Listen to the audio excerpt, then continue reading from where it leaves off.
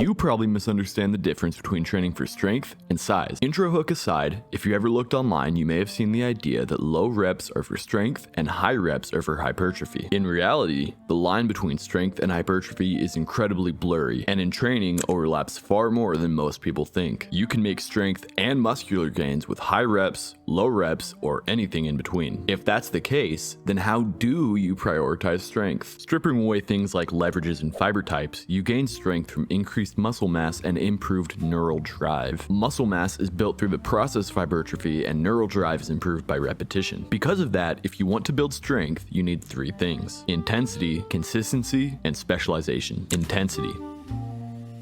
In order to grow in the first place, you need intensity. You need to lift hard and often. When I say often, I mean volume. It's definitely a bell curve. You shouldn't put out 15 sets on one muscle group a day, but regardless, most people can benefit from more work. There's a big difference, however, between enough volume to drive growth and enough volume to maximize growth. The optimal number of sets per muscle group per week is extremely individual and depends on the muscle group in question. You do eventually hit a point of diminishing returns, however, so be cautious of your recovery potential. I find that a range of 5 to 15 sets per week per muscle is generally helpful. Intensity, on the other hand, is all about pushing out heavy sets relative to your own max. I'm gonna let you in on a secret. I kind of lied a minute ago. While yes, you can still get strong off of higher rep ranges, in order to specialize for strength, you need to be pushing heavy sets regularly. This can look like sets in a range of 3 reps, 5 reps, or even up to 8 reps or so. If you get past that, it's fine, but you may start to lose some of that heavyweight specialization. Not necessarily an issue for most people, because it's not like that's junk volume. You are still going to get stronger via hypertrophy. Still, something to consider when it comes to your programming. Of course, intensity looks different for different people. For some people, benching 225 may be completely unachievable, while for someone like Julius Maddox, that's not even a warm-up. Instead, you should measure intensity as a percentage of your 1 rep max. Let's say, for example, your max on bench is 185 pounds. If you wanted to lift at 90% of your max, roughly in the 4 rep range, you should be pushing out sets of about 165 pounds. An important aspect here is that you're pushing these sets near failure with proper technique. Measuring volume and even intensity is basically useless if the last 3 reps of any particular set aren't true. The value of pushing your sets heavy and hard like this is based on the fact that heavy lifting is a technical skill. If you want to improve your ability to hit strong 1 rep maxes, you need to practice with repetition and intensity. You'll find that without both of those things, you'll likely stall out when it comes to improving your lifts. Consistency.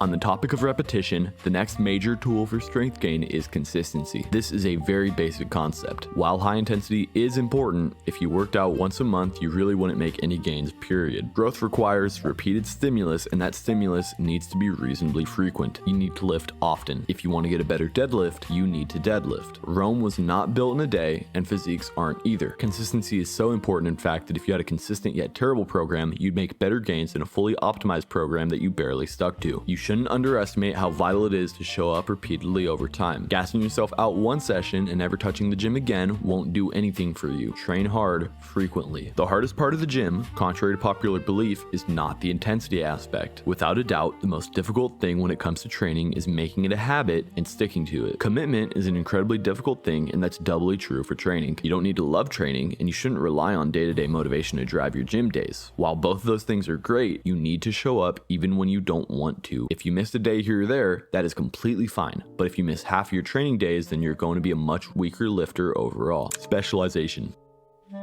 Specialization is another very useful tool for strength gains. There's a few ways that specialization can manifest. One is the repeated performance of your goal lift, basically just consistency again, and the other is novelty. You might be wondering what exactly I mean by that. Do I mean to say that you should train random accessory movements more than your primary lift? No, of course not. You don't want to focus primarily on tricep extensions and flies if your goal is to improve your bench. Using those isolation lifts is perfectly fine, but the majority of a bench-focused program should involve benching. No, when I say novelty, what I really mean is disadvantaged variations. That is, putting yourself in a mechanically worse position to perform a lift. You should still be safe, it should just be harder to do. If you're benching, you may want to introduce a close grip or a pin press. If you're squatting, you might take a different stance from usual or use a front squat variation. All you're going for is a more difficult version of the same lift. While this can improve the physical aspect of your lift by bringing up deficits, the main advantage of disadvantaged variations is neural efficiency. If you've hit a plateau recently, I would highly recommend including some of these lift variations into your training. It should not make up the majority of your volume for that specific lift. That should still be taken up by the elementary lift itself, but it can be useful to experiment with. Conclusion.